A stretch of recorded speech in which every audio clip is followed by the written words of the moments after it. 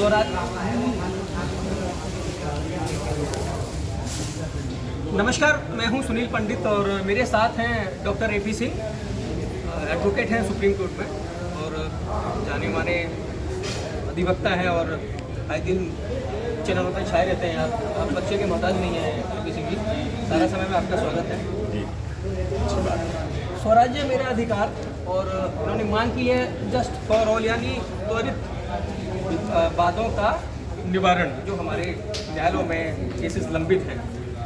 क्या कहना है आपका? देखिए, जस्टिस फॉर ऑल स्वराज मेरा अधिकार के तहत हमारी ये डिमांड है कि 1 साल में डिसीजन हो, 1 साल में कार्रवाई हो के सारा कुछ निर्णय हो जिससे पेंडेंसी खत्म हो और न्याय जल्दी मिले। जस्टिस डिले, जस्टिस डिनायल, विलंब से मिला गया न्याय अपना न्याय नहीं रहता है और अपनी नेचुरलिटी को खो देता है। मेरा दूसरा सवाल है, अभी इन्होंने अपने पत्र में एक मांग की है कि जजों की नियुक्ति, किस प्रकार के जजों की नियुक्ति की मांग है? जुडिशियल उसके तहत होना चाहिए। हमारी भारत सरकार इसके लिए प्रयासरत है। भारत के पूर्व कानून मंत्री रहे आदरणीय किरण रिजिजू जी और वर्तमान में हमारे कानून मंत्री अर्जुन राम मेघवाल जी, जो आज के कार्यक्रम के भी मुख्य अतिथि थे, वो भी चाहते हैं कि इस तरह से भारत में बदलाव हो और यही हमारी मांग थी।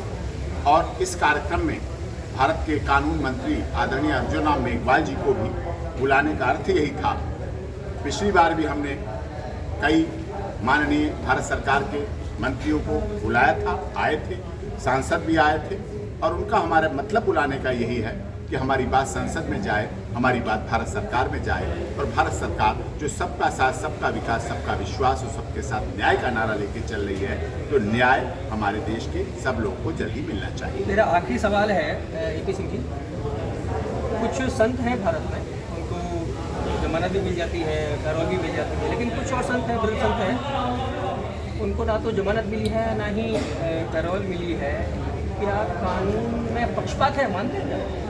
नहीं, पक्षपात तो मैं क्या कहूँ, इस बात को तो परम पूज्य संत श्री आशाराम बापू जी का मैं उदाहरण दे रहा हूँ। जो आपने कुछ संत की बात कही, उन्होंने भारत की सभ्यता, संस्कृति और सनातन को जिंदा रखने के लिए अपना एड़ी चोटी का जोर लगाया, अपने को सर्वस्व न्यौछावर किया, लेकिन उनको भी अभी न्याय नहीं मिल पा रहा है। उन्हें न्याय मिलना चाहिए, उनकी रिहाई होना चाहिए और रिहाई, संत की रिहाई से इस देश के दुनिया से बाहर के साधकों के, करोड़ों साधकों के घरों में अगर दिए जलेंगे और वो भी मोदी सरकार की 300 के पार, अब की बार 400 के पार, तीसरी बार में अगर सहयोगी बन सकें, साथ दे सकें, उस खुशी में सहभागी बन सकें, तो हम चाहते हैं इस पर सरकार को काम करना चाहिए।